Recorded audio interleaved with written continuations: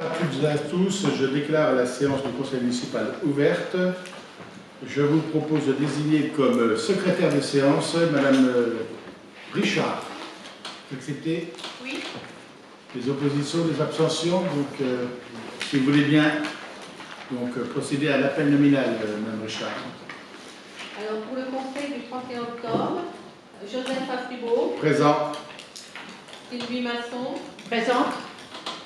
Michel Van der Gomme. Présent. Thérèse Thévignon. Présente. Patrick Demangeau. Présent. Brigitte Lécaille. Présente. Christophe Grenier, absent. Pouvoir à Monsieur Afribault. Okay. Georgette Cruchassou, absente. Pouvoir à Madame Lécaille. Jean-Charles Dapremont. Présent. Marie-Josée Thomas. Présente. Joël Lanvoyer. Présente. Michel Laranger. Présente. Francine Richard, présent. Pascal Baldo, absent. Pouvoir à Monsieur Bancher de Gomme. Thierry Chevalot-Bérou. Présent. Frédéric Collet. Présent. Stéphanie Perra, absente. Pouvoir à Madame Masson. Stéphane Binet, absent. Pouvoir à Monsieur Demangeau. Rachel Deville. Présente. Franck Dupont, absent. Pouvoir à Monsieur Mercier. Michel Mercier. Présent. Mathieu Deris. Présent. Mathieu Delaplace, absent. Pouvoir à Madame Deville. Renaud Aberly. Présent. Michel Warnesson, absent. Pouvoir à Madame Brunin. Josiane Villette. Présente. Laurence Brunin. Présente. Karine Mérieux. Et Laurie Bocahu. Présente. Merci Madame Richard. Vous avez été toutes et tous destinataires du précédent procès verbal. Donc, est-ce qu'il y a des observations de votre part? Monsieur Bayrou. Oui, merci. Oui, merci Monsieur le maire pour la parole. Alors d'une part, je voudrais commencer par m'excuser pour le comportement qui était le mien lors du dernier conseil lors des questions diverses. On ne va pas revenir sur le fond, là, mais je voulais pas m'excuser sur le comportement qui était le mien, qui n'était pas adapté. Donc voilà, c'est fait, donc je m'en excuse auprès de l'ensemble du conseil municipal. L'autre point, je voulais revenir sur ce qui était écrit, effectivement sur ce compte rendu. En fait, je reprends la réponse à la question sur mon élection du jury de l'élection municipale 2023. Vous dites, Monsieur le maire répond qu'il s'agit d'un mensonge. Là. Il a déclaré que la présence de Thierry Chevalot-Bérou prouve une COP indésirable puisqu'il avait annoncé publiquement lors du dernier conseil municipal faire partie désormais de l'opposition. Il y a deux choses qui me gênent dans cette phrase. Enfin, même trois. La première, c'est de parler de mensonge. Je ne reviens pas dessus. Le deuxième, c'est que j'aurais annoncé publiquement faire partie de l'opposition. Vous m'amènerez la preuve, s'il vous plaît. Et puis la troisième remarque, c'est que quand on fait partie de l'opposition, pourquoi on n'aurait pas le droit de participer à une manifestation du conseil municipal? D'autres questions? Je prends acte de vos questions, Monsieur Chevalot, et on revisionnera, puisque tout est enregistré, comme ça il n'y a pas de polémique, nous sommes un conseil municipal, d'accord? Oui. Du coup, en fonction de, quand vous verrez l'enregistrement, ce que j'ai fait en l'occurrence, parce que j'ai même la phrase en l'occurrence qui est copiée sur le cahier, mais en fonction de ce que vous aurez vu, entendu, on pourra peut-être corriger. Est-ce qu'on pourra corriger le compte rendu? Exactement. Et vous serez présent lors du visionnage. Voilà. Comme ça, ça ne prêtera pas à confusion. D'autres questions? Monsieur Renaud Averly. Du coup, est-ce qu'on peut reporter l'approbation du précédent compte rendu au prochain conseil municipal? Bon, on apportera, non, on peut le garder là et puis on apportera les modifications qui s'imposeront au prochain conseil municipal, tout simplement. Il n'y a pas de souci. Il n'y a pas de souci là-dessus. Il faut faire confiance à l'Assemblée et il n'y a pas de souci là-dessus. Je l'ai dit publiquement et c'est très bien quand c'est retranscrit publiquement les séances. Au moins, c'est une transparence dans les débats et dans les présentations, ce qui ne se faisait pas dans les années antérieures. Et c'est la raison pour laquelle j'ai voulu une communication de plus en plus transparente et celle-ci, je crois qu'on ne peut pas en discuter. qu'est-ce qu'il y a plus de transparent que de reproduire publiquement, en direct, toutes nos séances, et au moins les gens peuvent juger par eux-mêmes. Voilà. Okay. J'ai pris acte aussi des excuses de M. Chevalot dans son comportement du dernier conseil municipal en fin de séance seulement. Ok, bon, on s'abstiendra sur le PV du coup en d'accord. Sur cette approbation, donc des oppositions, des abstentions, une opposition, donc M. Chevalot, des oppositions, des abstentions, excusez-moi, 1, 2, 3, 4, 5, 6. D'accord? Donc adopté à la majorité, je vous remercie. Donc Madame Richard, si vous voulez procéder à la lecture de l'ordre du jour, s'il vous plaît. Le point numéro 1, installation d'un nouveau conseiller municipal. En 2, vente d'une parcelle en zone de l'Étoile. En 3, bureau de l'association foncière. Modification de la délibération. En 4, recensement de la population pour 2024. En 5, ouverture dominicale 2024. En 6, garantie d'emprunt, habitat 08. En 7, démolition du bâtiment Cayenne. En 8, dépose de la toiture de l'ancienne laiterie. En 9, décision modificative. En 10, versement de subventions exceptionnelles. En 11, SPL XDMAT, rapport de gestion. En 12, acte pris par M. le maire dans le cadre de ses délégations. Et en 13, affaires diverses. Et je vous propose le rajout d'un 14e point ou 13e point et 14e affaires diverses. C'est les illuminations de Noël, un avis de la municipalité sur les décorations comme tous les autres. Voilà. Puisqu'on a reçu les devis cette semaine et le prochain conseil aura lieu seulement en décembre.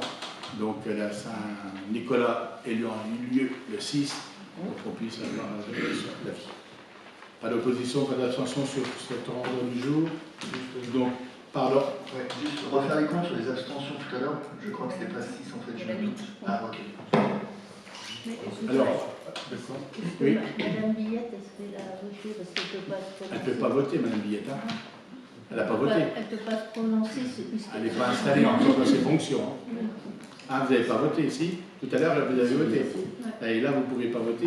Là, je vais procéder, c'est votre installation dans... Vous avez voté 7 et pas 6 alors. C'est 7. Oui, d'accord. Voilà, c'est 7.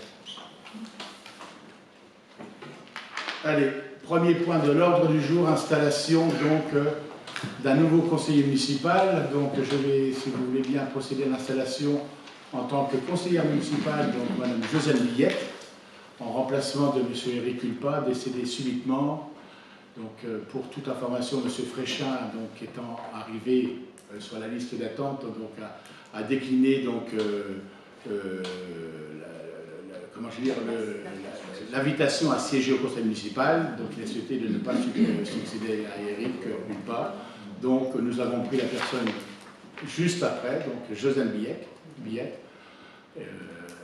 qui a accepté, donc qui est parmi nous, et je la déclare installée publiquement et officiellement dans ses fonctions, bien évidemment. On vous rappellera quand même que bon, c'est un moment assez compliqué pour toutes et tous. Hein, donc on a perdu un membre de la municipalité, un ami pour certains, un copain pour d'autres, une personne, un conseiller municipal. Voilà, donc on a perdu une personne subitement. Donc ça nous rappelle beaucoup de choses, que la vie ne tient qu'à un fil. Et voilà, donc soyons prudents. Je vous rappelle aussi que Éric Culpa, parce que moi j'avais une bonne relation avec, hein, il était kiné à Rethel, et je vous rappelle qu'il avait fait son entrée au conseil municipal de Rethel en mars 2008, sous la mandature de Guy Desramé.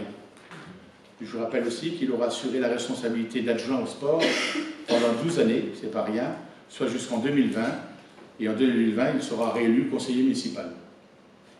Au décès du président du Roller Hockey, souvenez-vous-en, Didier Lefebvre, hein, donc, le 10 février 2020, donc il reprendra la présidence du club, et avec un grand succès, on sait aujourd'hui où il a amené cette équipe, donc tant prisée par beaucoup d'autres.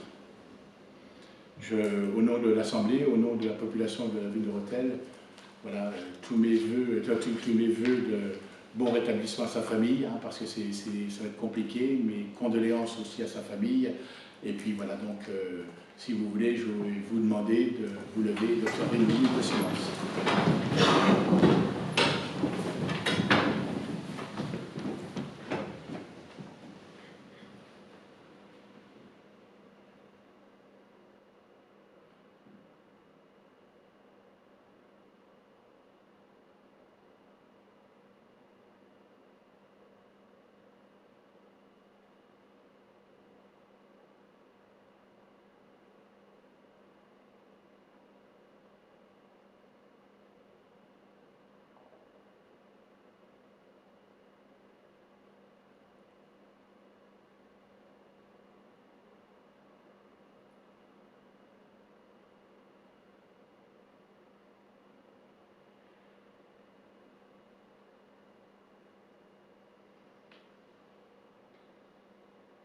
Je vous remercie.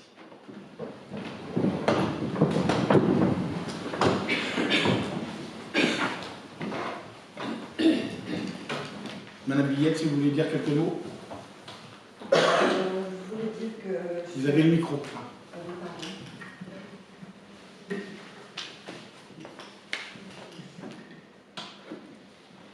je voulais dire, je suis ravie d'être là, mais pas de gaieté de cœur, parce qu'Éric n'est plus là, bien sûr. C'est un ami, un ancien collègue.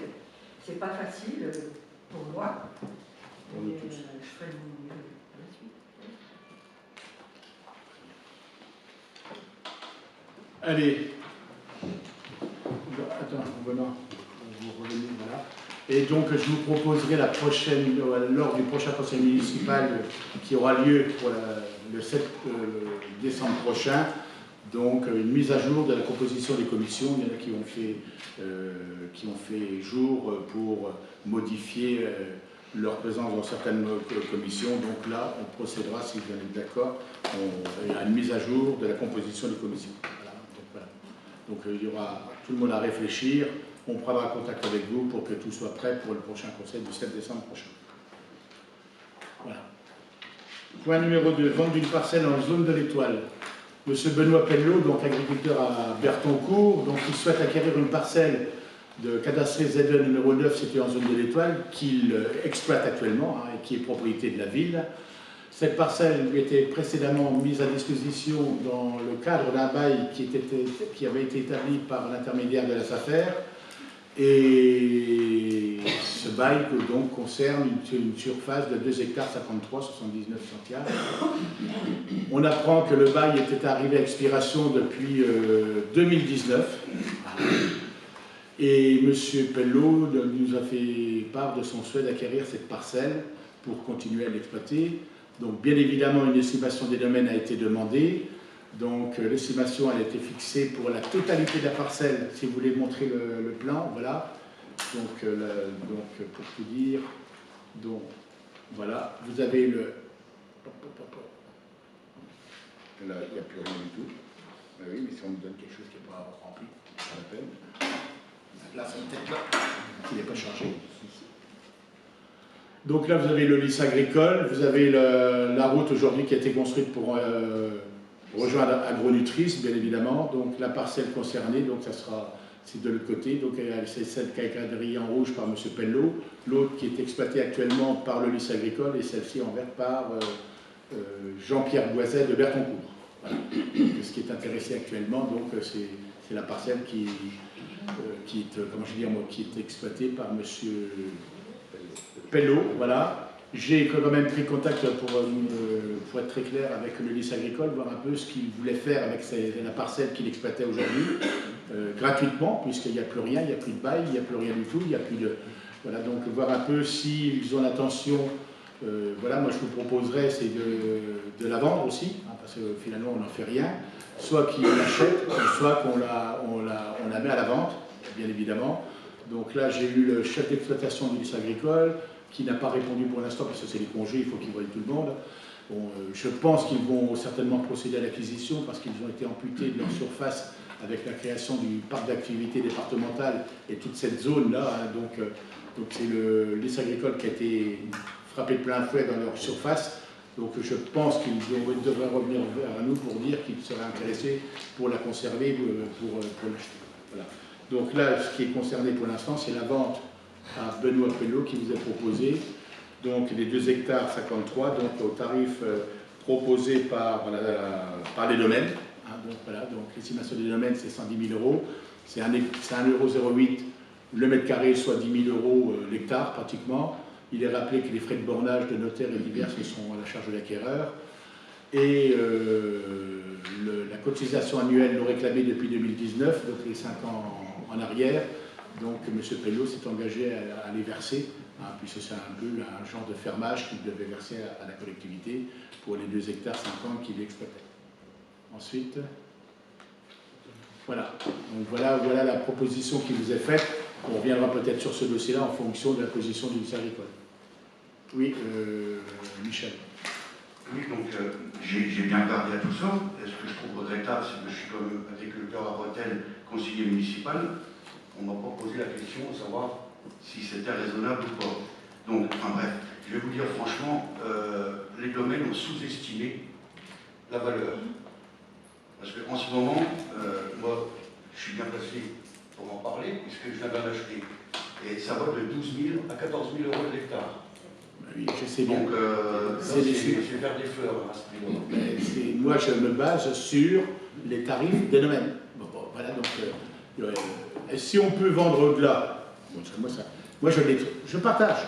1 € du mètre carré, j'ai trouvé ça, 10 000 € de l'hectare, j'ai trouvé ça très bas. Bon, après, on nous dit que c'est de la terre agricole, donc c'est des estimations, donc on a le rapport des services des domaines, hein, donc qui est complet, voilà, donc ils en arrivent à 1,08 €, j'ai trouvé ça aussi, je partage bien sûr. Michel, il y a eu une commission des finances là-dessus sur laquelle on a parlé de ce dossier-là, donc ça t'arrive aujourd'hui parce que ça a été validé par le conseil, par la commission des finances, bien sûr, mais après sur ce dossier-là, je dirais c'est Pello qui l'exploite, je pense que il est de droit que l'exploitation lui revienne, voilà. Enfin, après, moi, tu sais, je sais ce que c'est. Je suis pas contre qui... Non, voilà. Au contraire, c'est normal. Mais à un prix comme ça, je suis désolé, je ne suis pas du tout dans les clous. Pas du tout dans les clous. Jusqu'à maintenant, on a toujours travaillé sur les services de domaine, les services fiscaux. Ça dépend. Comment? C'est quand ça arrange, on va au-delà. On n'a pas une marge plus ou moins? Ah non, attends, tu veux que c'est moins 10%. Moins 10%. 110 000 € assortis d'une marge d'appréciation de moins 10%. Des précisions sont apportées au paragraphe détermination de la valeur. Détermination de la valeur. Il est où? Urbanisme, méthode, situation juridique, descriptif. Détermination de la valeur. Je vais vous le lire carrément, le rapport des services fiscaux. Hein. L'évaluation aboutit à la détermination d'une valeur, éventuellement assortie d'une marge d'appréciation et non d'un prix. Le prix est un montant sur lequel s'accordent 2 parties ou qui résulte d'une mise en concurrence alors que la valeur n'est qu'une probabilité de prix. Quand tu as déjà compris tout ça, la valeur vénale du bien est arbitrée à 110 000 €. Il est exprimé hors taxe et hors droit.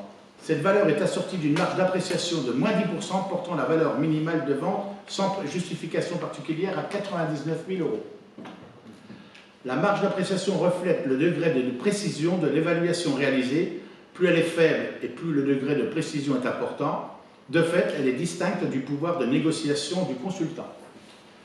Dès lors, le consultant peut, bien entendu, toujours vendre à un prix plus élevé ou acquérir à un prix plus bas sans nouvelle consultation du pôle d'évaluation domaniale. Par ailleurs, sous réserve de respecter les principes établis par la jurisprudence, voilà, c'est ça, les collectivités territoriales, leurs groupements et leurs établissements publics ont la possibilité de s'affranchir de cette valeur par une délibération ou une décision pour vendre à un prix plus bas ou acquérir à un prix plus élevé. Voilà la détermination de la valeur. Donc voilà ce qui a toujours été appliqué sur tout ce qu'on a pu procéder aux ventes ou aux achats des biens sur la ville de Rethel jusqu'à maintenant. et ce qui se fait, ce qui se faisait avec les anciennes municipalités. Hein. Je vais te dire un exemple. Le département a vendu le parc d'activité à 3 € le mètre et c'était revendu à 17 € à un moment donné à certains et puis aujourd'hui à 35 € à d'autres. Voilà, donc c'est vrai qu'il y a des variations qui sont pas évidentes. Oui, monsieur Averly. On va peut-être refaire un peu l'histoire de la zone. Du coup, effectivement, les parcelles ont été acquises sur la zone d'activité, puisqu'on parle de cette zone qui est juste en dessous. Mais c'est celle-ci qui a été construite par le conseil départemental. À 1 € du mètre carré, il y a une vingtaine d'années, pour cette zone d'activité-là. Effectivement, sur toute la zone viabilisée par le département, c'est-à-dire là où il y a de la voirie centrale qui a été portée par le département, Ouais, exactement. toute cette partie-là a été vendue à 17 € le mètre carré à la communauté de communes du Puy-Rotellois parce qu'il fallait amortir les travaux que le département avait fait. D'accord. Et 3 € pour le reste. Et pour la valeur aujourd'hui des derniers terrains qui nous restent à acquérir sur cette zone-là, on est aujourd'hui, pour information, à 5 € le mètre carré. Juste pour information. D'accord. Mais en terrain viabilisé, c'est ça en terrain, en zone urbanisable. On est bien d'accord. En 1 AU. Oui, voilà, à urbaniser. Et non viabilisé, mais à urbaniser. Oui, mais à urbaniser dans le plan d'occupation. Dans le PLUI, dans le local d'urbanisation. Voilà, à urbaniser, voilà, exactement. Que là, donc, ça reste en terre agricole. Voilà. D'autres questions sur ce dossier-là? Des oppositions? Des abstentions? Michel? Mais je comprends. Hein. Oui, non, mais... Je comprends. Une abstention. Allez, point suivant. Comment? Ben, je ne sais pas. Ah ben, il faut lever le doigt parce que moi je... Voilà. 2 abstentions. Bureau de l'association foncière, d'ailleurs, voilà, donc il y a une modification donc, dans la composition de l'association foncière de l'appel, donc on doit procéder, puisque dans la communication des membres nommés par la Chambre d'agriculture, donc il y a eu une erreur de commise, donc on nous a proposé Benoît Clément, alors qu'il n'est pas propriétaire exploitant, donc il ne peut pas siéger au conseil syndical de l'association foncière, donc il est proposé de faire entrer son père, M. Michel Clément, et donc seront désormais membres de l'association foncière, donc M. Michel Clément, Benoît Pelleau, Estelle Herman et Philippe Taillard, pour l'association foncière. Parce que je vous le rappelle, il y a 4 membres nommés par la Chambre d'agriculture et 4 membres nommés par le conseil municipal. Des questions sur ce plan-là? Des oppositions, des abstentions? Je vous remercie. Recensement de la population 2024. Nous arrivons dans une nouvelle ère de recensement de la population. Comme je vous le dis, hein, donc, on constate aujourd'hui, et c'est très bien, comme ça on va avoir des chiffres qui seront de plus en plus précis, parce qu'on constate que la population sur Rethel baisse. Hein, donc on n'est pas 8000 habitants comme c'était souvent annoncé. Nous sommes aujourd'hui en population à 7700. Donc il faut quand même, voilà, il faut quand même qu'on réagisse. C'est ce que nous faisons, toutes et tous autour des États, puisqu'on a décidé de procéder à des ventes de terrains à bâtir pour au moins freiner cette démographie hein, qui est en chute.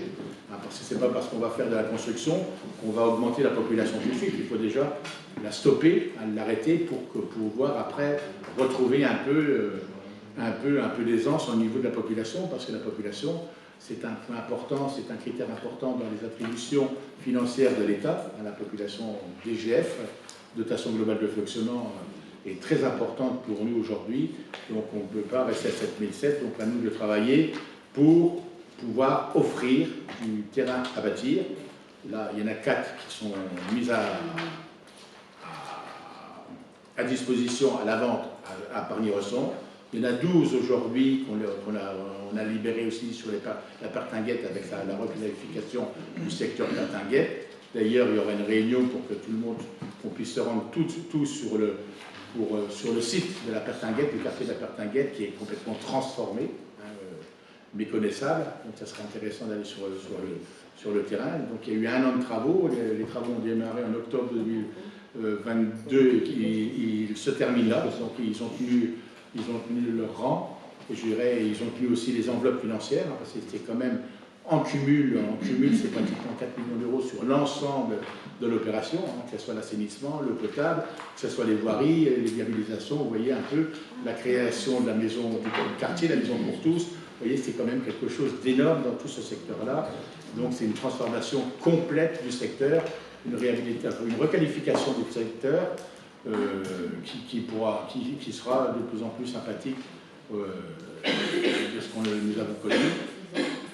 Donc un recensement, ce n'est pas nous qui le décidons, finalement c'est l'INSEE, hein, qui déroule. Donc il aura lieu du 18 janvier prochain 2024 au 17 février, un mois.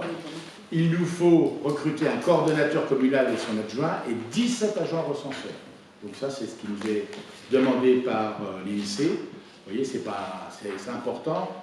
Pour le poste de coordonnateur, donc il faut créer les postes. Après, dans la nomination des gens, il faudra qu'on trouve des gens qui vont bien. Donc on les a. Hein. Le conseil municipal est invité à délibérer sur l'ouverture d'un poste non permanent à temps complet pour le coordonnateur.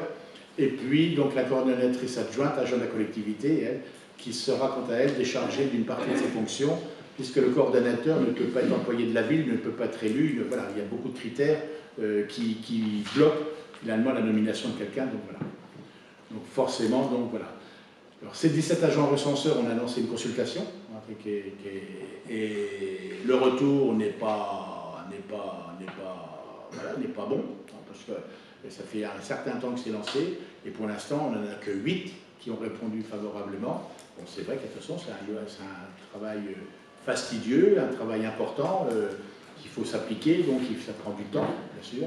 Il y a des tarifications qui sont fixées, qui sont proposées par l'INSEE, et là, après discussion en commission des finances, on a rajouté un peu de 2 éléments, hein, une prime de fin de mission et puis une prime de résultat qui est proratisée, donc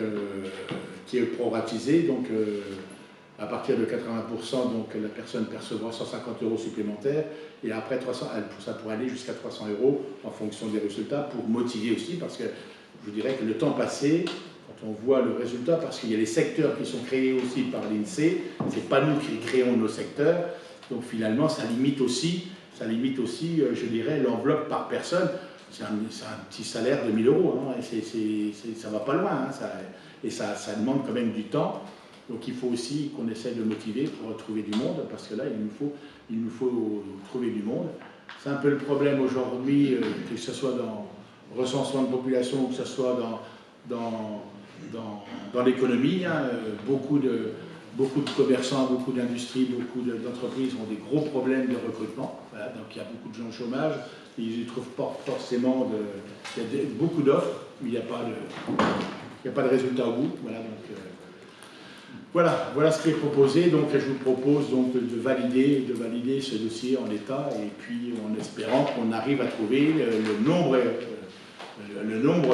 d'agents recenseurs. C'est ce qui nous importe le plus, hein, pour que le résultat soit fait, et puis parce que ces résultats vont se répercuter demain, bien évidemment, sur les dotations de l'État, et notamment la dotation globale de fonctionnement. Donc le principal critère, c'est déjà la population. La population municipale, donc c'est celle qui vit dans Rethel, et vous avez la population municipale et une population hors municipale, donc ce sont, je dirais, les étudiants qui sont comptabilisés à Rethel Intramuros et qui sont comptabilisés aussi à leur siège de résidence, les étudiants, voilà. Et la population, j'ai cherché la population comptée à part. Donc la totalité de la population municipale plus la totalité de la population comptée à part, ça nous donne une population totale. Et c'est là-dessus que l'État se base pour nous accorder donc des aides de fonctionnement, et notamment la dotation globale de fonctionnement qu'on perçoit tous les ans en début d'année, et qui est versée par 12e. Sur ce dossier-là, donc je dirais, excusez-moi, il n'y a pas grand débat sur ce dossier-là, parce que, et si vous avez autour de vous des gens qui recherchent une occupation, je dirais, ou un investissement, ok. Des oppositions, des abstentions, merci. ouverture dominicale donc 2024. Donc il vous a rappelé dans ce rapport que le maire peut autoriser, allez-y Joël, il n'y a pas de souci, c'était prévu comme ça. Le maire peut autoriser jusqu'à 12 dimanches travaillés chaque année, contre 5 auparavant. Donc l'avis du conseil municipal donc, est obligatoire pour prendre cette décision. Et quand on excède les 5, donc il faut un avis conforme aussi avec la communauté de communes. Donc il faut que la communauté de communes se prononce comme la commune sur ce dossier-là, dans le même sens de vote. Donc voilà, donc on vous rappelle les contreparties au travail dominical, les obligations, hein, donc c'est pas nous les obligations au Code du travail, bien évidemment. Donc il vous a rappelé aussi qu'on a transféré un courrier à l'ensemble des commerces, des différents commerces, ainsi qu'à l'UCA, à l'Union commerciale, afin de connaître un peu leurs souhaits pour leurs ouvertures dominicales de 2024. Donc les dates proposées, donc, vous les avez tous eues dans vos rapports, hein, donc, je ne vais pas vous les rappeler, ou alors le 14 janvier, 26 mai, 30 juin, 1er septembre, 8 septembre, 17 novembre, 24 novembre, 1er décembre, 8 décembre, 15 décembre, 22 décembre et 29 décembre. Et pour l'alimentation générale et les commerces de détail, excepté ceux entrant dans la catégorie commerce et réparation de l'automobile et de motocyclistes.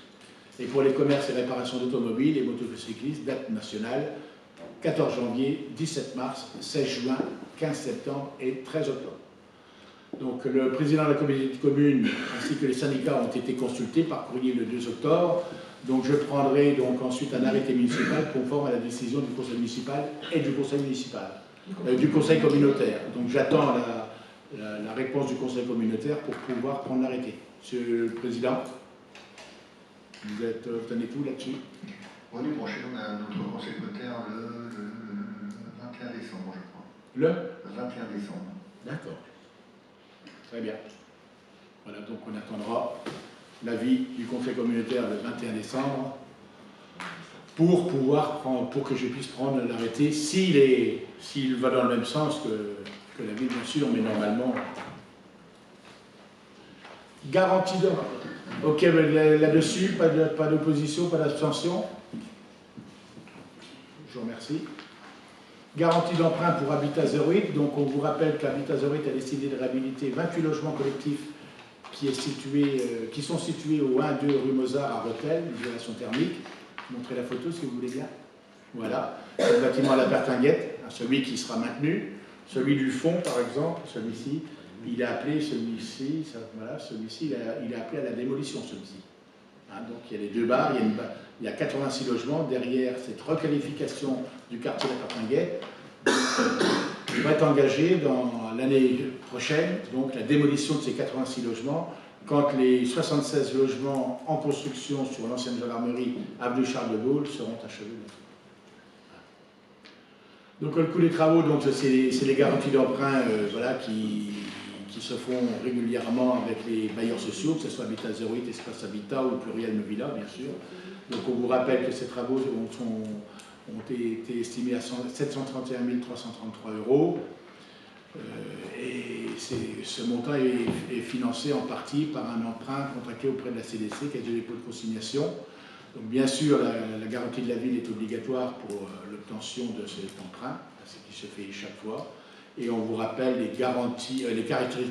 caractéristiques du prêt, sachant que c'est un prêt qui sera remboursable sur 20 ans au taux de 2,55% indexé sur le taux du livret A, avec une première annuité de remboursement de 18 839,58. Donc pas pour nous, hein, pour Habitat 08.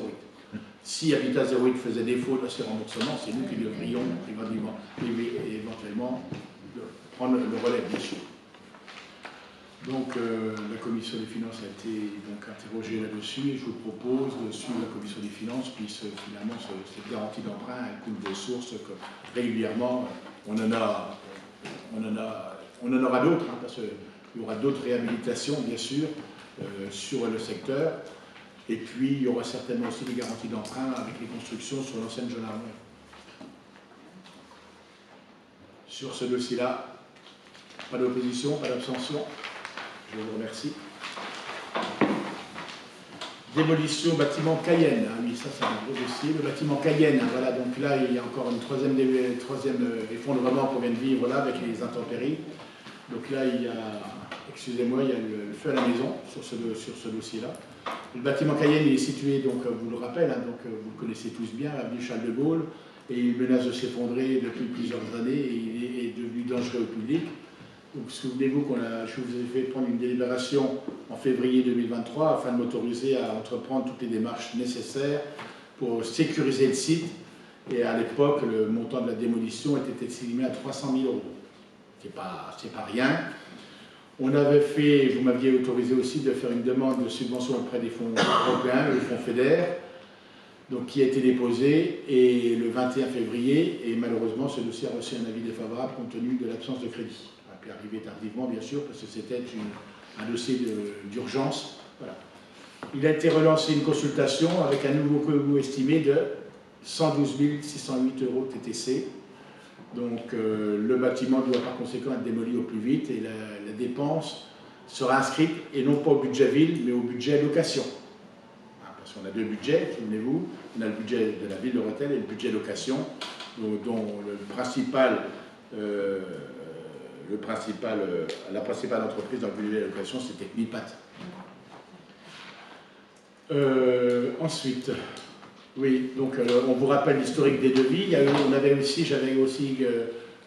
J'étais aussi rentré en contact avec Copelis, hein, c'est une déconstruction sélective du bâtiment dans le cadre d'une démarche d'économie circulaire. Hein, donc ils voulaient faire du social et puis récupérer les matériaux, mais le coût, donc il n'était pas dissuasif, il restait toujours aussi élevé.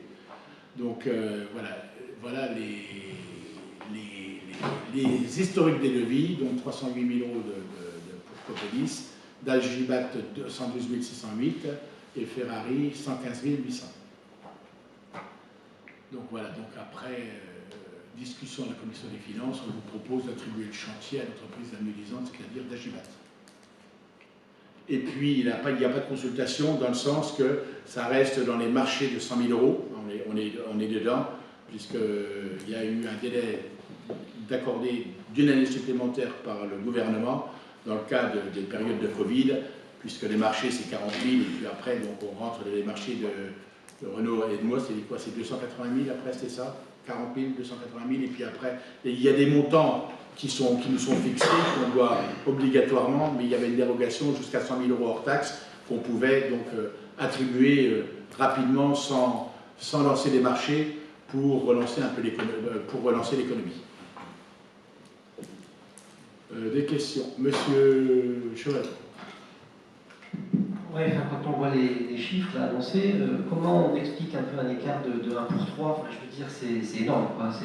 Est-ce qu'on parle bien de la même chose? Enfin, je suppose que oui, il y a eu un cahier des charges, mais on peut peut-être s'interroger sur le reste de ce qu'ils ont chiffré. Ce chiffrage-là, il avait été fait avant qu'on arrive, voilà, et c'est vrai qu'il était très cher, voilà, je sais bien. Questionnement partagé, bien évidemment. Heureusement qu'on n'y est pas allé au galop sur ce dossier-là, parce que si on l'avait démoli en arrivant, je dirais 300 000 €. Oui, en commission des finances, il me semblait qu'on n'avait pas parlé du devis de Copelis, 300 000 €. Je n'avais pas parlé parce que j'avais oublié de le dire, que finalement on avait fait une consultation aussi, ce sont eux qui nous ont consultés pour nous faire une proposition de démolir, dans le cadre d'une démarche d'économie circulaire, le bâtiment pour récupérer les matériaux. Voilà, c'était ça, donc j'ai souhaité que ça soit aussi inscrit, que vous soyez au courant. Commission des finances, sur Copelis, on n'en avait pas parlé, effectivement, c'est en refeuilletant tout le dossier qu'on a retrouvé ce devis. J'ai dit il est bon de le communiquer aussi au conseil municipal. Voilà, tout simplement. Parce que du coup, ils sont à 300 000 comme le devis de Ferrari à hauteur de 300 000. Et Ferrari, c'est vraiment la même prestation entre 300 000 et 115 000 €, c'est la même prestation. La même. Il n'y a rien. Ben oui, tu sais bien, on en a parlé, la même. Voilà, qu'est-ce que vous voulez que j'y fasse? Voilà. En commission travaux, parce qu'on a juste fait, nous, commission des finances, on a regardé les chiffres. En commission travaux, vous n'avez pas regardé le détail, enfin, c'était pas détaillé. Si, c'est le même. C'est le même. Exactement le même. Voilà. Ok. Alors, il a été dit, voilà, j'ai des choses que je ne répéterai pas autour de cette table, à l'époque, voilà, donc voilà, c'est tout. Donc là-dessus, je ne mange pas de pain, donc je veux que ça soit très clair sur ces dossiers-là, surtout sur les dossiers de marché public.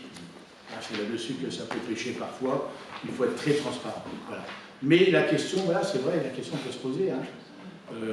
On aurait incité à l'époque, celui qui a remis un prix à l'époque de 299 000, de charger le devis pour avoir des subventions les plus élevées possibles, soi-disant. Voilà. Voilà ce qui a été dit. Voilà. Je n'en sais pas plus. Voilà, comme ça je vous dis tout. Ok. Sur ce dossier-là, d'autres questions? Mais bon, je dirais aujourd'hui, il y a le feu à la maison parce que j'ai aussi associé ce bâtiment-là, le bâtiment de la laiterie aussi, parce qu'on va passer à la laiterie après, parce que pareil, il y a le toit désamianté, il y a un bâtiment à sauvegarder. Le bâtiment aujourd'hui, malheureusement, hein, parce que là aujourd'hui, que ce soit l'entreprise ATV ou que ce soit l'entreprise Surplis, donc écrivent, parce que c'est vrai qu'on n'a pas les plans, le terrain d'assiette, parce que je dirais, le plan, vous les avez eus hein, dans les mains, hein, le plan de ce site, je dirais, le terrain d'assiette du bâtiment, il n'y a rien autour, il n'y a pas 1 mètre autour du bâtiment. Vous voyez, demain ça s'écroule chez ATV, ça s'écroule chez Surplis. Donc là, on a demandé l'autorisation à ces deux entreprises de pouvoir poser des barrières chez eux pour préserver, pour empêcher, je dirais, les employés de se rapprocher du bâtiment. Pour l'instant, le toit, ça fait la 3e fois qu'il s'écroule à l'intérieur. Il ne faudrait pas que ça s'écarte et ça s'écroule à l'extérieur, vous imaginez un peu. Il a fallu aussi qu'on procède aussi à du nettoyage aux abords, tout le tour du bâtiment qui était envahi finalement d'arbustes. Donc j'ai demandé aux employés de la ville aussi, pour minimiser les coûts, c'est d'être appelés et puis d'avoir tout le nécessaire, parce qu'on ne sait jamais, hein, il pourrait y avoir un éboulement ou quoi que ce soit. Aujourd'hui, tout est prêt.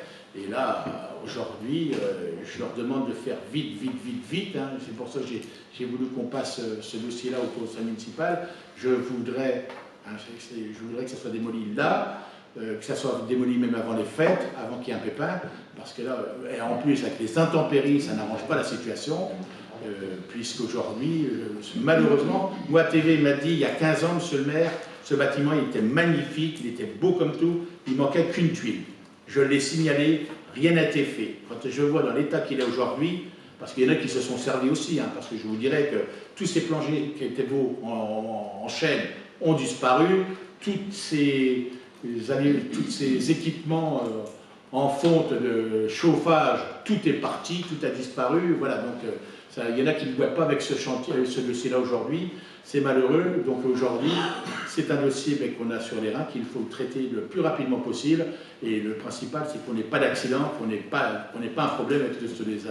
Ça va quand même nous coûter quand même 100 000 balles. 120 000 balles quand même. Malheureusement, mais bon, comme on dit, une vie, ça n'a pas de prix. Il faut le faire. On en parle depuis plusieurs années. Ça fait 3 ans qu'on est là, on en parle. Aujourd'hui, il y a le feu à la maison, parce que c'est la 3e éboulement de la toiture, morceau par morceau. On ne sait pas où ça va s'arrêter. Voilà. Donc aujourd'hui, là-dessus, il ne faut pas qu'on hésite. Il faut qu'on y aille. Il est hors de question de mettre en péril qui que ce soit, les deux entreprises en plus, parce que imaginons que demain, ça s'écroule dans la cour de Surplis, dans la cour d'ATV, je dirais, ATV ne fonctionne plus. Hein. ATV ne fonctionne plus, parce que c'est... Attention, il faut être très prudent là-dessus. Vous le voyez d'ailleurs, hein, quand vous passez, le bâtiment, ce grand bâtiment en briques, hein, ce grand bâtiment en briques, là. Hein, vous voyez toutes et tous, non? Oui. Quand vous prenez la route de Novion au Carrefour, là vous voyez la TV, là, donc il a sorti tout son matériel, c'est pour ça qu'on lui a demandé de rehausser son mur pour cacher un peu tout son stockage pour côté visuel, que ce soit quelque chose de sympathique, et on voit ce grand bâtiment qui s'élève, et qui s'élève, plus pour longtemps malheureusement. Comment? Qui s'écroule plutôt. Qui s'élève, mais qui s'écroule en même temps. Sur ce dossier-là, des oppositions? Une question. Oui. Donc c'est vraiment l'urgence qui fait qu'on ne relance pas, parce que c'est vrai que c'est un dossier qui est un peu compliqué quand on voit 100 000, 300 000, etc. Et Vous ne vouliez pas faire une vraie consultation avec un vrai cahier des charges où les entreprises répondent sur un bandeau quantitatif? Attendez, M. Averly, le dossier il a été monté de fond en comble. Aujourd'hui, il n'y a plus de temps à perdre. Il n'y a plus de temps à perdre. Je ne risquerai pas la vie de qui que ce soit. Ce dossier-là, je vous dirais, on l'hérite. On l'hérite. Ça fait 3 ans qu'il nous embête, hein, qu'on essaye de trouver des solutions. À un moment donné, il faut savoir prendre des décisions. Et là, malheureusement, c'est une décision qui s'impose à nous. On n'a plus le choix. On n'a plus le choix. Il est hors de question d'accepter qu'il y ait un affaissement complet et qu'il y ait un problème de demain. Sauf pas question aujourd'hui. Je dirais même, avec le mauvais temps qu'on a, je tends le dos en permanence. Je tends le dos. Quand je reçois les messages de la police et tout le bazar, qui est intervention des... Je me dis, un de ces quatre, on va avoir le pépin, et s'il n'y a personne. Okay. Mais bon, après, il y a encore la vie de l'entreprise qui peut être en jeu. Donc là, non. Je dirais, les sociétés ont répondu. Ce sont des professionnels, ils ont retravaillé les dossiers, il n'y a pas à consulter, d'autant plus qu'on a le délai des 100 000 € jusqu'à la fin de l'année pour passer à travers la loi des marchés, accordée par le gouvernement. Non, mais on pourrait aller rester en dessous des 5 000 et faire une vraie consultation avec un cahier des charges qu'on écrit nous. Non, mais la vraie consultation, elle a eu lieu. La vraie consultation, elle a eu lieu. Je ne vois pas pourquoi vous êtes réticent depuis le début sur ce dossier-là, M. Averly. Depuis le début. Parce qu'il y a des doutes sur les chiffres, etc. Il y a des doutes, il n'y a plus de doutes aujourd'hui. Il y a peut-être 3 ans, enfin, je ne sais pas, il y a plein de... Attendez. Vous faites plein de suppositions. Si vous avez des charges portées par votre équipe technique qui dit vous répondez sur telle ligne, un bordereau quantitatif, au moins vous êtes tranquille, c'est pour vous, enfin c'est vous et pour nous du coup. Voilà, c'est juste ça. Maintenant, si vous justifiez par de l'urgence, on peut tout à fait le comprendre, et je l'entends. Après une simple consultation sur un cahier des charges, ça peut prendre une semaine, on n'est pas obligé de rentrer dans les délais d'appel. Non.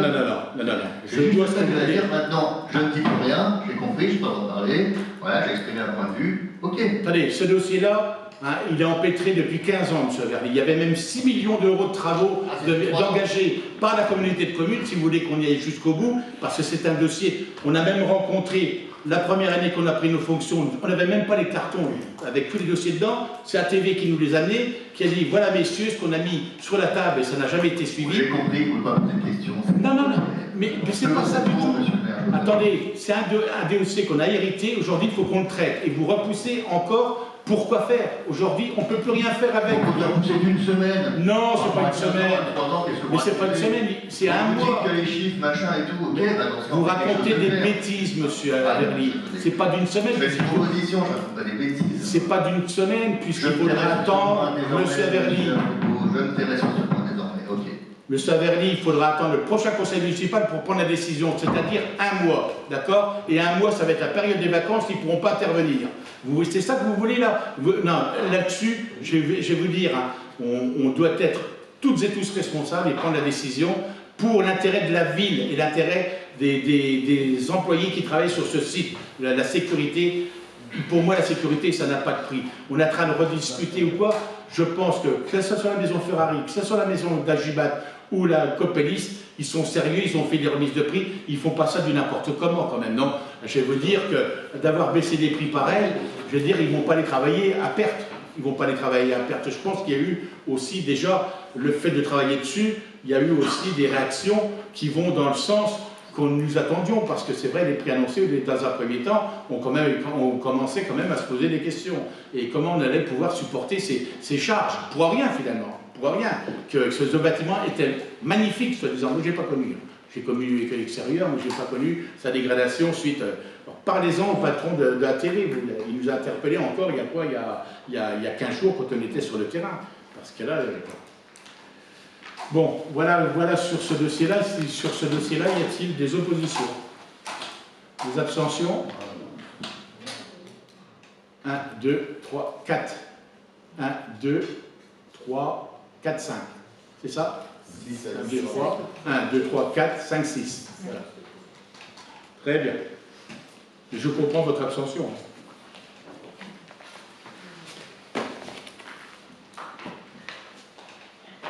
Donc, c'est pareil. On arrive pareil dans ce bâtiment de la laiterie qui est resté dans un état lamentable, pitoyable. Aujourd'hui, il y a aussi des solutions à trouver, puisque ce bâtiment, donc, avec une charpente qui est magnifique, donc elle est à sauver. Le clos est bon. J'allais dire le couvert, la charpente est bonne, l'amiante, donc le toit est amianté complètement. Et si on veut réutiliser ce site à d'autres fins, pour notamment le monde associatif, et notamment, pourquoi pas ceux qui utilisent le local des Halles aujourd'hui, ou que ce soit le canoë-kayak ou d'autres associations, donc il nous faut réhabiliter ce bâtiment-là, et donc prévoir le remplacement de la toiture, donc démonter l'amiante, c'est 33 000, et ensuite je vous ferai par la suite donc, des études, voir un peu, proposer, voir un peu, reposer un toit, et avec, pourquoi pas, il faut ça, tout ça, ça s'étudie, vu que le bâtiment était assez excentré, poser du photovoltaïque, pourquoi pas sur ce toit-là, pour répondre à une certaine demande, voilà, tout simplement. Sur ce dossier-là aussi, des oppositions, des abstentions, adopté à l'unité, je vous remercie. Donc les DM, donc en fonction de ce qui a été décidé, donc il y a les DM, alors il y en a une, il n'y a pas de DM nécessaire, puisque en ce qui concerne le budget général pour la démolition de l'ancienne laiterie, donc l'ancienne laiterie, elle est intégrée au budget de la ville, donc les crédits nécessaires qui ont été inscrits à l'opération 101-001 bâtiment, donc sont nécessaires pour payer cette facture-là, donc il n'y a pas de DM à faire. En revanche, là je vous propose un abondement du montant des intérêts financiers au BP 2023. Quand on a préparé le budget, il a été prévu des crédits complémentaires pour pallier les augmentations des taux variables. Voilà, donc on a des emprunts taux variables. Aujourd'hui, vous connaissez la situation, c'est que les taux flambent. On avait des taux à 0,80 aujourd'hui, quand on emprunte, ils sont à 4 à 5%. Les taux variables en font autant. Donc il est nécessaire d'abonder ce chapitre 66.11 de 3 000 € pour payer la charge financière de 2023. Voilà. Donc là, je vous dirais, c'est par prévision et on n'a pas le choix parce que c'est des taux variables et on est obligé de s'adapter. Et pour le budget location, donc c'est le bâtiment Cayenne qui est inscrit dans le budget location.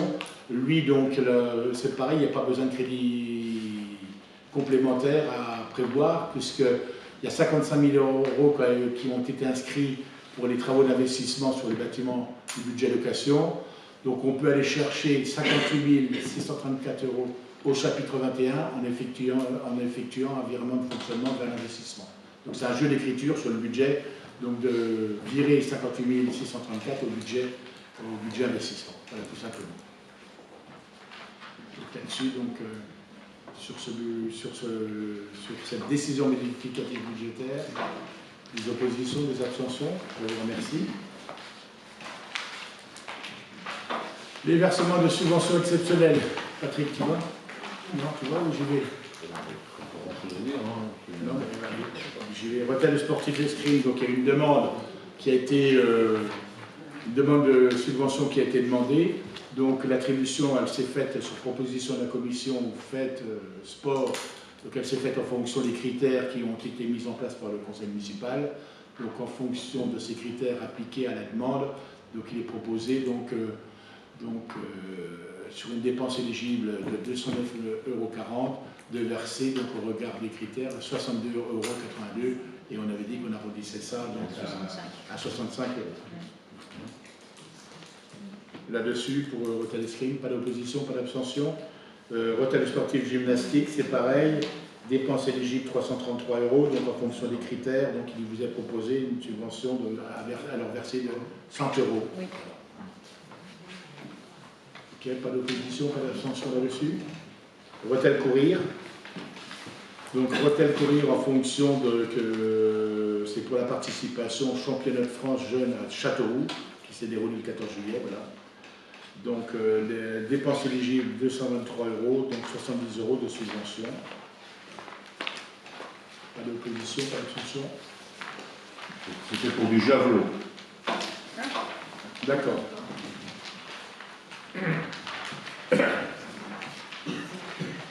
Ensuite, demande de subvention, donc notre service. C'est quoi celui-là? C'est quoi ça? Ça y est, on a fini? Oui, on a fini. Ah oui, c'est les critères, ça. XDMAT, donc rapport chaque année, bien sûr, tous les ans, donc le rapport de gestion 2022, et que je vous propose de prendre acte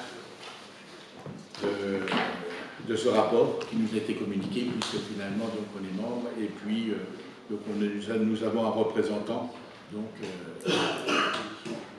Monsieur Patrick Devangeau, tu veux prendre la parole, vas-y. J'en vais en prendre un deuxième, parce que M. arrive aussi, qui est vice-président. Je lui demanderai s'il peut faire rectifier un peu, parce que apparemment vous êtes toujours maire de Corny. Oui, dans le rapport. Dans le rapport, enfin, c'est pas bien méchant, enfin, c'est tout. Oh, j'en signalé déjà 3 fois, mais on le refera. On cumule les postes, monsieur Amaï. Merci.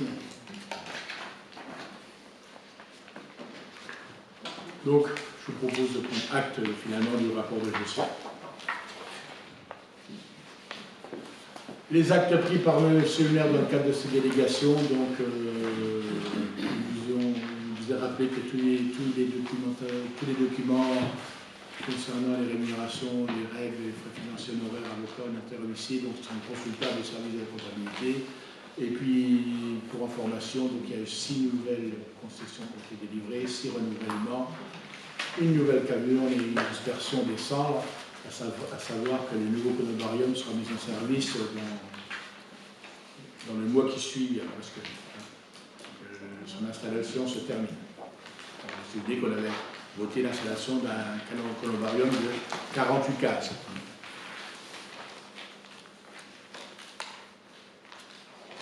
Ok. Et suite présentation des illuminations, donc voilà ce qui nous a été proposé pour 2023 dans les jardins publics. Vous allez, madame,